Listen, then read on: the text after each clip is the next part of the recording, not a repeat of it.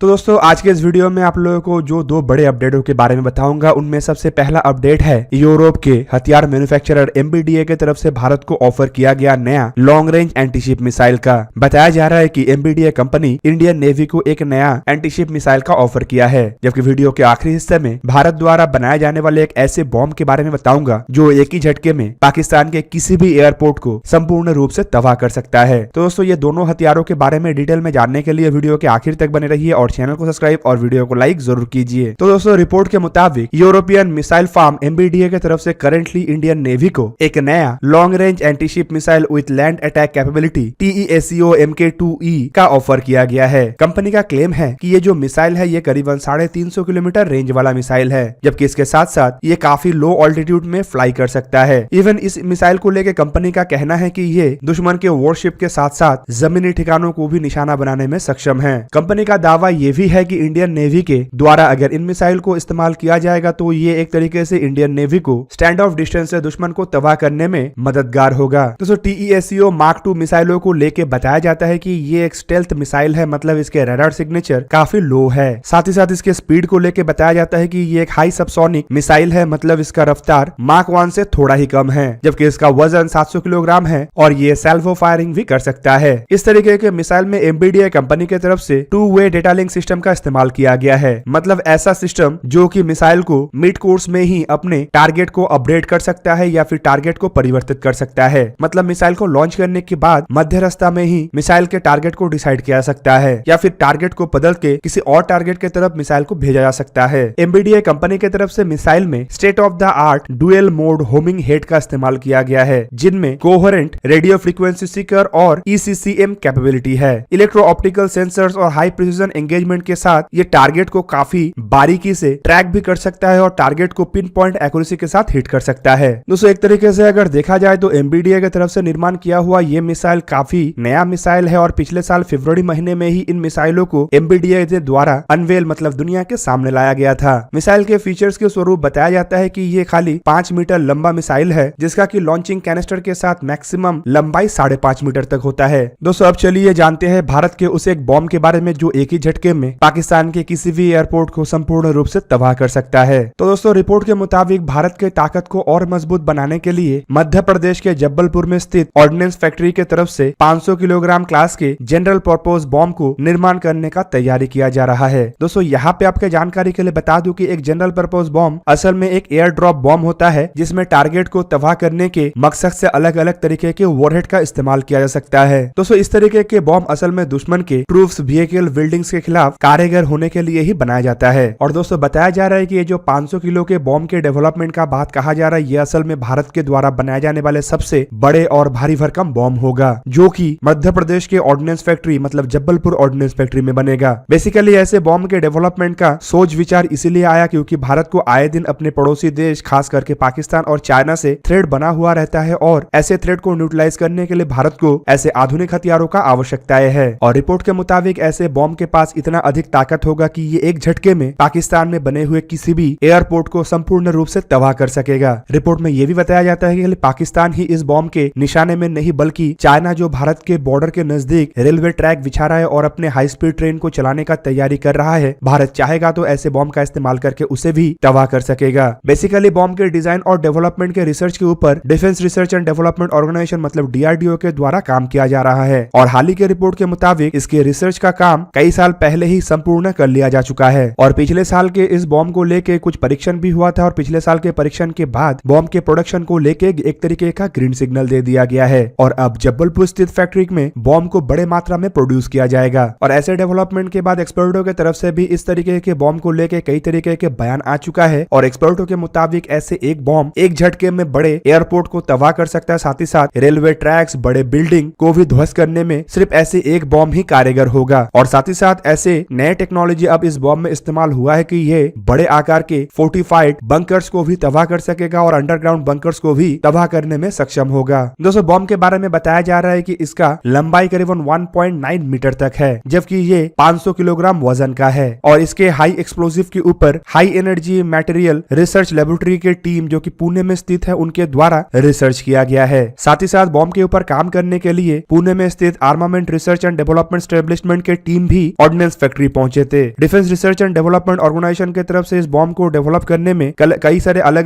अलग अलग पार्ट में काम किया गया है। रिपोर्ट के मुताबिक ऐसे एक बॉम्ब को निर्माण करने के लिए 15 मिलीमीटर के करीबन 10,300 स्टील शीट का इस्तेमाल होगा और एक बार एक्सप्लोजन के बाद ये जो स्टील शीट है ये चारों दिशाओं में कम से कम 50 मीटर के डायमीटर तक फैल सकता है। और सबसे बड़ी बात यह है कि ये जो स्टील शीट है ये करीबन 12 मिलीमीटर के स्टील प्लेट को भी भेदने में सक्षम है। और दोस्तों इस तरीके के बॉम्ब इंडियन एयरफोर्स के एयरक्राफ्टों के द्वारा इस्तेमाल करने का इरादा बनाया जा रहा है और बताया जा रहा है कि सुखोई 30 MKI ऐसे बॉम्ब के प्राइमरी यूजर होगा। दोस्तों इवन इसके अलावा भी DRDO की तरफ से कई तरीके के बॉम्ब के ऊपर काम किया जा रहा है, लेकिन इनमें सबसे प्रमुख है DRDO ग्लाइड बॉम्ब। रिपोर्ट के मुताबिक साल 2014 से ही DRDO 1000 किलोग्राम और 550 किलोग्राम कैटेगरी के ग्लाइड बॉम्ब के ऊपर काम कर रहा है, जो एक तरीके का स्मार्ट बॉम्ब होगा जिसे गौरव और गौतम 2 नाम से पहचाना जाता है। बेसिकली रिपोर्ट में यहाँ पे जो गौरव बॉम्ब है वो विंग वाले 1000 किलोग्राम सेक्शन का बॉम्ब है, जबकि जो गौतम है वो बिना विंग के 550 किलोग्राम का बॉम्ब है। DRDO ऐसे बॉम्बों का डेवलपमेंट असल में इंडियन एयरफोर्स के लिए कर रहा है ताकि इंडियन एयरफोर्स को अपने फाइटर एयरक्राफ्टों के लिए विदेशों से बॉम्ब को खरीदने का आवश्यकता ना पड़े। इवन दोस्तों भारत जो स्पाइस श्रेणी के बॉम्बों का इस्तेमाल कर रहा है उसे भी DRDO अपने द्वारा डेवलप किया हुआ बॉम्ब से रिप्लेस करना चाहता है। यहाँ पे आपके जानकारी के लिए बता दूं कि भारत जो स्पाइस 2000 बॉम्ब इस्तेमाल कर रहा है बेसिकली 1000 किलोग्राम के गौरव बॉम्ब असल में उसी कैटेगरी का बॉम्ब है। रिपोर्ट के मुताबिक जो गौरव बॉम्ब है उसका रेंज करीबन 100 किलोमीटर मतलब करीबन 54 नॉटिकल माइल होगा, जबकि बिना विंग वाले गौतम बॉम्ब का रेंज करीबन 30 किलोमीटर या फिर कहे तो 16 नॉटिकल माइल के आसपास होगा। बताया जा रहा है कि इन बॉम्बों का फ्लाइट ऑल्टीट्यूड करीबन 10 किलोमीटर मतलब बॉम्ब 10 किलोमीटर के ऊंचाई से दागा जा सकेगा। दोस्तों बॉम्ब में कई तरीके के गाइडेंस सिस्टमों का इस्तेमाल किया गया है, जैसे कि इसके मिड कोर्स में internal navigation system, GPS, naval sea satellite guided system को इस्तेमाल किया गया है, जबकि इसके टर्मिनल फेज में semi active laser homing system का इस्तेमाल किया गया है। तो दोस्तों ये था आज का वीडियो। अगर आपको वीडियो अच्छा लगा तो लाइक कीजिए और मेरे चैनल को सब्सक्राइब कीजिए और साथ में बना हुआ बेल आइकन को भी प्रेस कर दीजिए ताकि आप मेरा वीडियो देख पाए सबसे पहले। जय हिंद।